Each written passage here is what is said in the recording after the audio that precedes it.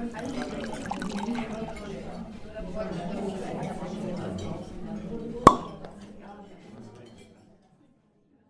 cônsul, a sua Luíta e da Vinícola colocaram em termos meio vagos. A Itália efetivamente é o maior produtor de vinhos e representa 19,3% de toda a produção mundial. Depois vem a França, depois vem a Espanha e assim por diante. Esses são os 10 primeiros produtores mundiais, segundo a OMV, e esses números são de 2022. Então, isso aqui mostra bem a importância da Itália dentro do panorama mundial. E aqui está um pouco o que os exportadores. A Itália tem um consumo per capita mais ou menos, está variando um pouco, mas gira ao redor dos 25 litros por habitante por ano. Ou seja, boa parte da produção italiana é exportada. E a Itália é o maior exportador do mundo em volume. Depois vem a Espanha e depois vem a França. Em termos de valor, a coisa não é bem assim. A Itália é o segundo, porque o valor agregado dos vinhos franceses é muito forte. Mas, em todo caso, em termos de volume, a Itália é o maior exportador de vinhos do planeta. Então, isso dá só um apanhado para vocês do que é a Itália em termos de produção e em termos de exportação. Em termos de classificação dos vinhos italianos, tem uma pirâmide, são 4 os níveis de categoria de vinhos italianos, onde o mais baixo é o vinho da tábua, e por muito tempo, o vinho da tábua, eu digo muito tempo, até 1990, não existia a categoria IGT, ou Indicazione Geográfica Típica. Então, Sassicaia, Tignanello, por exemplo, eram simplesmente considerados vinhos da tábua como se fosse um vinho de mesa da pior qualidade. Então, qualquer vinho porcaria, qualquer vinho medíocre de supermercado, que é um vinho da tábua, tinha a mesma categoria até 1992, que um Sassicaia, um Tignanello, e assim por diante. Só em 1992 é que instituíram o IGT. O IGT é um vinho que tem uma legislação um pouco mais aberta, dá um pouquinho mais de liberdade para o enólogo, mas tem uma origem. E esta origem é que é fundamental. Quando a gente encontra, quando a gente vê o mapa italiano e vê aquela diversidade toda, ou seja, o vinho da tábua não tem identidade nenhuma, pode vir de qualquer lugar. Indicazione Geográfica Típica vem de um determinado lugar. É o IGT Toscana, é o IGT Sicília, ou assim por diante. Ou seja, tem uma indicação. E essa indicação é que dá garantia para o consumidor. DOC, isso foi instituído em 1966, ou seja, não é tão velha assim a categoria DOC. Hoje em dia são 329, isso são números atuais. De vez em quando aparece uma DOC nova, mas hoje são 329 DOCs espalhadas na Itália como um todo. A primeira foi Vernat, que é de San Gimignano, eu acho o máximo, e é um vinho que ninguém toma hoje em dia. Eu fui para a Itália em novembro e eu queria comprar, queria tomar um Vernat. Não tinha para comprar. E não tinha nem restaurante, inclusive. Poucos restaurantes tinham disponibilidade de Vernat. E foi o primeiro DOC que teve na Itália. Acho incrível isso. Depois, os outros 3, vocês veem como evoluiu a Itália nesse meio do caminho. Ischia, que é da região da Campânia, não tem expressão hoje em dia. West, que é West-Est-Est, da mesma forma. E o Frascati, o Frascati foi um dos primeiros 4 DOCs que teve na Itália. E a partir daí é que vieram os outros DOCs importantes. E aí vem a categoria superior, que é o DOC, seu denominazione d'origine controlata e garantita, são 78, a primeira delas foi em 1980 e o primeiro DOC G foi Brunello de Montalcino. Então, Só para dar um panorama geral para vocês do que é a pirâmide em termos de categoria, em termos de qualidade de vinhos na Itália. Então, aqui um panorama geral. Muito bem, nós temos 12 vinhos. Eu peguei 2 espumantes, a Itália tem muita força em espumantes, e o primeiro começa, eu tenho uma tela para cada um, com uma mapa da região. Eu quis colocar um Prosecco Rosé, porque o Rosé é uma nova categoria que foi instituída há pouco tempo, não existia antigamente Rosé como denominação Prosecco, é bem recente, e eu quis começar já que tinha um dos vinhos propostos pelas importadoras, era um Prosecco Rosé, então eu coloquei. Trento é uma região que dá grandes espumantes, entre eles o Ferrari. Ferrari é o sponsor da Fórmula 1, né, que não tem nada a ver com a escuderia Ferrari, é bom seguir, mas é da mesma região e este espumante que nós vamos tomar hoje. Depois tem mais 4 brancos. Eu fiz exatamente esse balanço. Eu peguei 2 espumantes, 4 brancos e 6 tintos. Piano, que era o Friuli, Gave, que é um vinho que fazia muito tempo que não tinha Gave no Brasil. E Gave é uma instituição na Itália. Bom, agora tem um muito bom. Esse produtor é especializado em Gave. O Roero Arnês, que é o meu vinho preferido por Tartufo Bianco. Vocês querem colocar Barolo, qualquer vinho tinto, Tartufo Bianco é com vinho branco, e o vinho branco com Tartufo Bianco é o Roero. E esse é um Roero top. Depois o vinho do Etna, que é uma das minhas paixões da Itália, tanto branco quanto tinto. Então, também eu quis colocar um vinho que é bem representativo. Refosco, que é um vinho tinto do Friuli, Venezia Giulia. Cianazolo di Vittoria, que é um vinho da Sicília, que é a maior expressão que pode ter anelo d'água, e a única DOC G da Sicília. E todo vinho da Sicília só tem um DOC G, que é o Cianazolo di Vittoria. Um Taurasi, depois eu vou contar um pouco a história do Taurasi. Taurasi, para mim, é o grande vinho do sul da Itália. Eu tenho paixão por Taurasi. Eu vou contar a história de como é que eu cheguei nos Taurasi. Não vou me estender muito. Eu quis, em vez de colocar um vinho da Toscana, que fosse um Brunello, que fosse um Chianti, eu quis colocar um vinho que já esteve no Brasil, um vinho da costa da Toscana. Esse Monte Peloso já teve no Brasil há um bom tempo atrás pela Celta. Quando a Celta parou de trabalhar com vinhos italianos, eles deixaram de trazer, então, e está voltando agora como importador. Sforzato, que também é uma paixão minha, que é um vinho da Lombardia, produzido com Nebbiolo, a Lombardia, que é uma especialidade. E um Barolo, porque Barolo é Barolo, e esse é um Barolo especial, é um Barolo de Ettiane. Tinha vários Barolos propostos, mas esse daí tinha um destaque especial. Depois eu conto a história, melhor eu vou pedir para o Tiago Locatelli pedir contar a história desse Barolo de Ettiane do Belcollo. O Trento DOC da Cantina Romanese, que eu não conhecia, que eu não tinha tomado, e estou tomando agora pela primeira vez. É um vinho produzido, inclusive o Ferrari é também 100% Chardonnay. Tem um dos Ferraris que tem um pouquinho de Pinot Noir.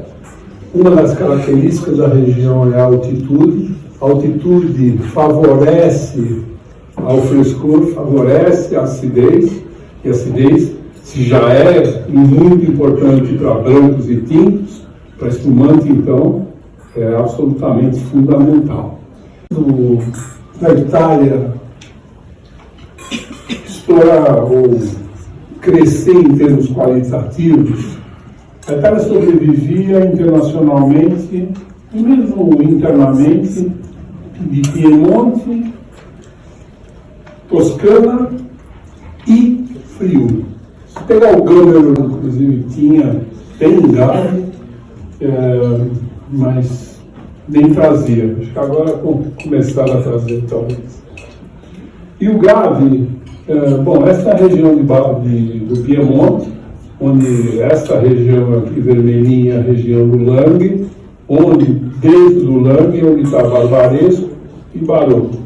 Nós temos um vinho aqui que vem em seguida, que vem dessa região mais cor-de-rosa, que é a região de Roero, e esta daqui é a região que o pessoal chama a região astigiana, onde tem o alto, que seria Monferrato, na verdade. Aqui é o alto Monferrato, o médio, o baixo, e aqui está a cidade de Asti. E o Gave vem de um trechinho mais ou menos por aqui. E vem uma uva particular que chama Cortese, e o Gave é 100% uva Cortese. É uma propriedade grande que foi comprada nos anos 90, se não me engano, e foi totalmente refeita e implantada, tudo segue a escola biodinâmica radical. São 180 hectares a propriedade, o vinhedo é uma pequena parte disso, uma parte, um percentual disso, e é certificado Demeter, ou seja, o Demeter é um organismo certificador bastante rígido. A Sicília e a Puglia representavam 70% da produção do vinho italiano. 70%. Mas era todo vinho de mesa, sem nenhuma qualidade. Inclusive eram exportados para misturar com vinhos de mesa de outros países, inclusive Itália. Quando começou a diminuir o consumo per capita na Itália e na Europa como um todo, esses vinhos de mesa, que eram vinhos baratos, vinhos de baixa qualidade, mas de volume comerciais, acabaram ficando sem consumidor, acabaram encalhando. A saída para a Sicília foi investir em qualidade. Potencial para produzir grandes vinhos, eles sempre tiveram. E não era só Marsala, que vem desta região que está aqui. Eles começaram a investir em qualidade, e daí vieram sub-regiões dentro da Sicília, cada uma com as suas características. Então, tem esse selo aqui, por exemplo, onde está o Dona Fugata está bem por aqui, é bem aqui, em contexto terreno. O nosso vinho de hoje, tinto, é desta região aqui, que é a essência do Nero d'Avola, que é o Cerasolo de Vitória. Aqui tem um grande vinho doce, mas o meu xodó é o Etna. Tenho que admitir. O Etna é esse vulcão que está aqui. E tem no contorno dele, nas encostas do Etna, que tem parreira, tem uma cultura de vinhas que são sob lavas, quer dizer, solo vulcânico, que dá toda uma característica para o vinho. E tem parreiras pré-filoxéricas aqui. Eu escrevi isso no meu último artigo do Valor, agora recente. Muito bem. Então, o nosso Etna daqui, de hoje, é um branco, tem grandes brancos, tem grandes tintos. No nosso caso, esse Etna Bianco tem 60% de carregante, não é 49, é 40% de catarrato, cultivado em terraços 700 metros de altitude, o que garante também o quê? Acidez. 700 metros de altitude. E é isso. É um vinho que é elaborado, tem toda uma preocupação em extrair o melhor dessas duas uvas. Então ele fica macerando a frio para extrair aromas, para extrair precursores de aroma que são mais próximos da película pelo lado interno, e extrair mais componentes. Ele fica macerando a frio por 24 horas, depois ele entra em fermentação, e é uma fermentação lenta, ou seja, lenta são fermentações a baixa temperatura. E fica por 20, 25 dias. Depois ele vai 2 meses, fica com as lias durante 2 meses, trabalhando essas lias para ganhar um pouco de volume, para ganhar um pouco de textura.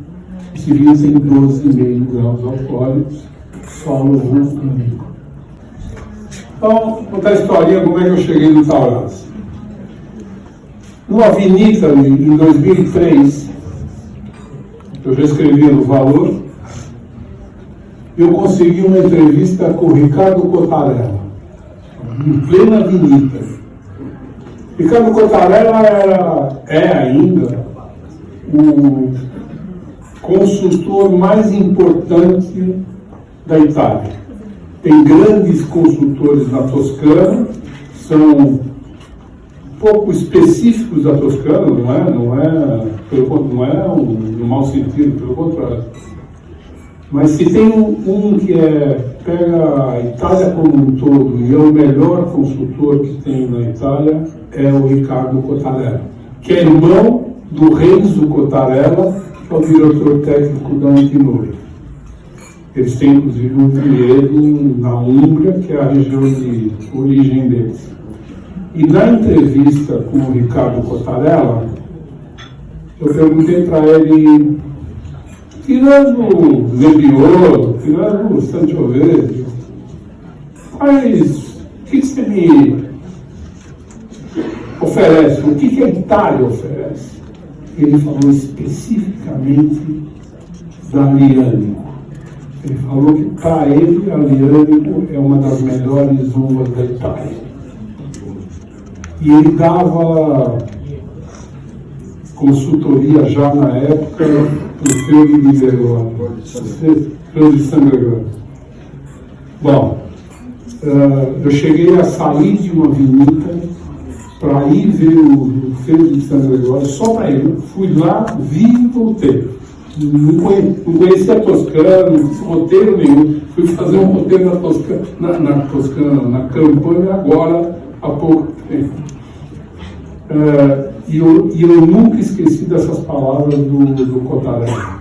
E fui buscar onde tivesse e onde eu pudesse ter oportunidade de provar grandes Aglianicos. E tem aos montes. E não tem no Brasil.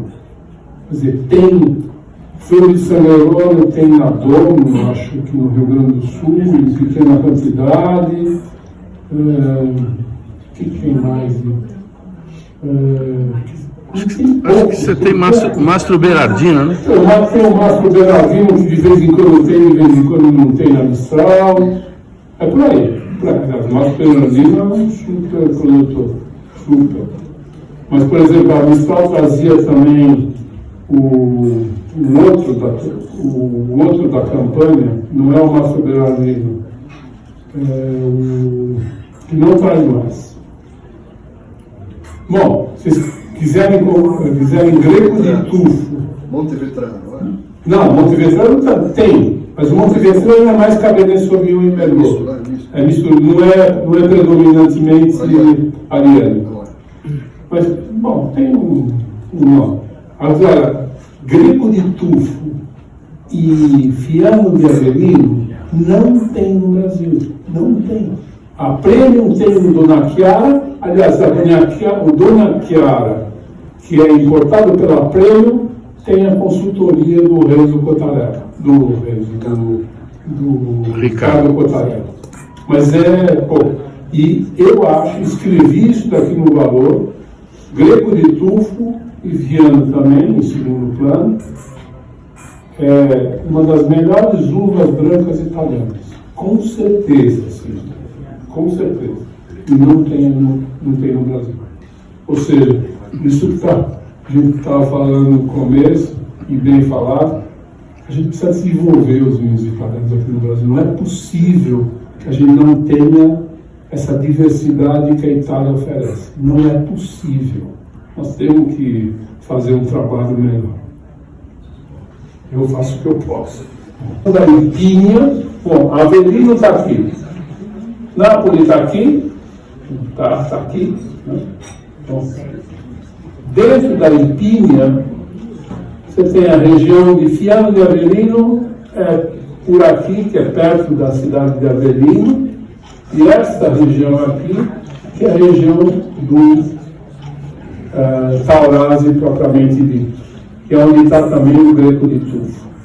Mas desta região aqui, que é contemplada com a categoria, a classificação DOC-G, vem o Taurasi. Taurasi é esta região que está aqui.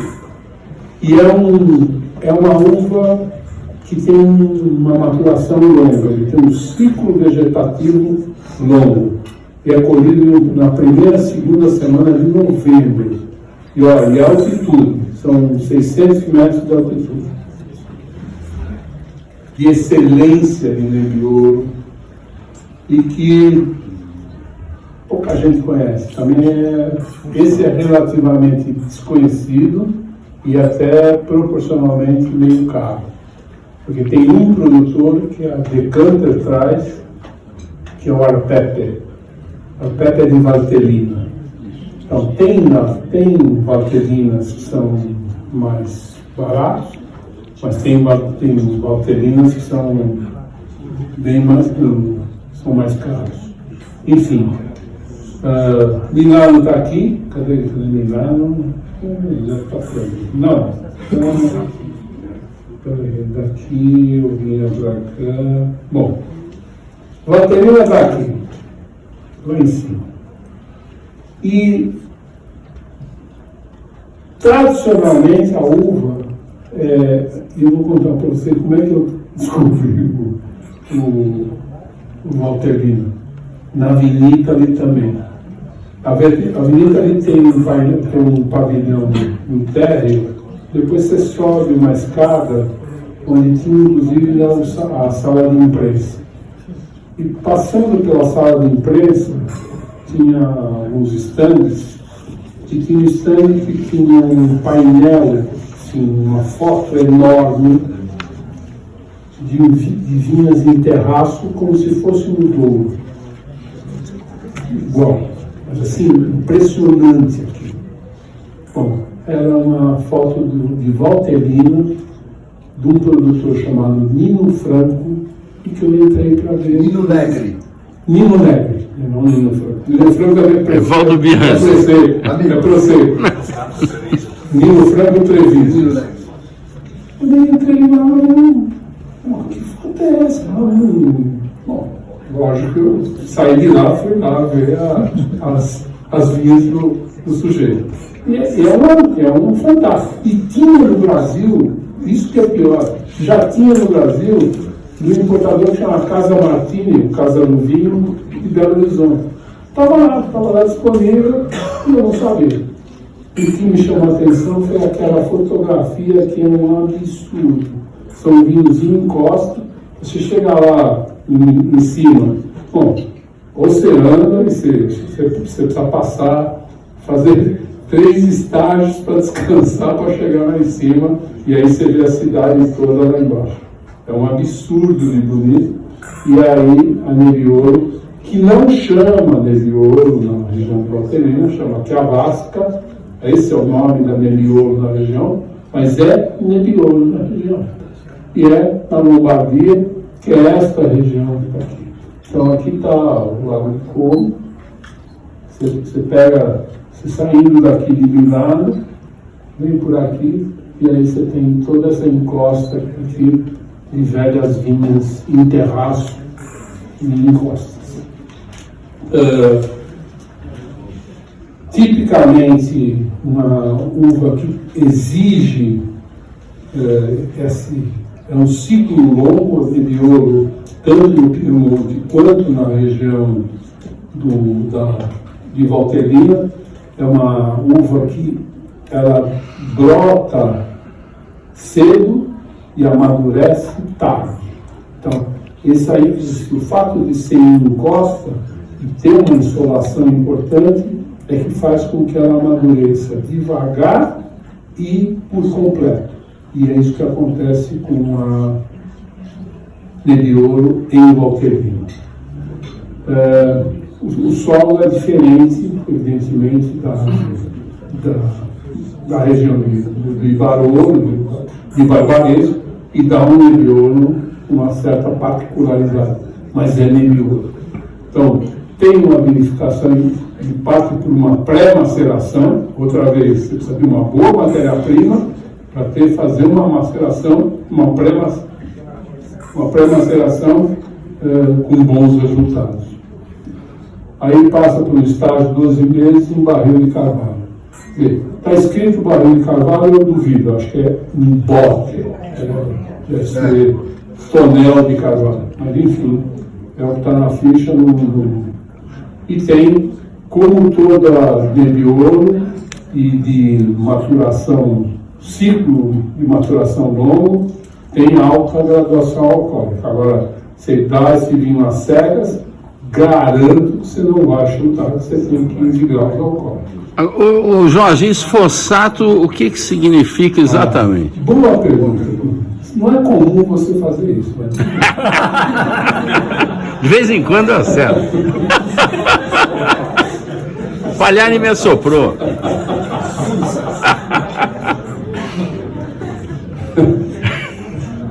Brincadeira, você sabe. Sforzato é uma denominação, inclusive, de Valtellina, que é de vinhos produzidos como são produzidos os Amarones.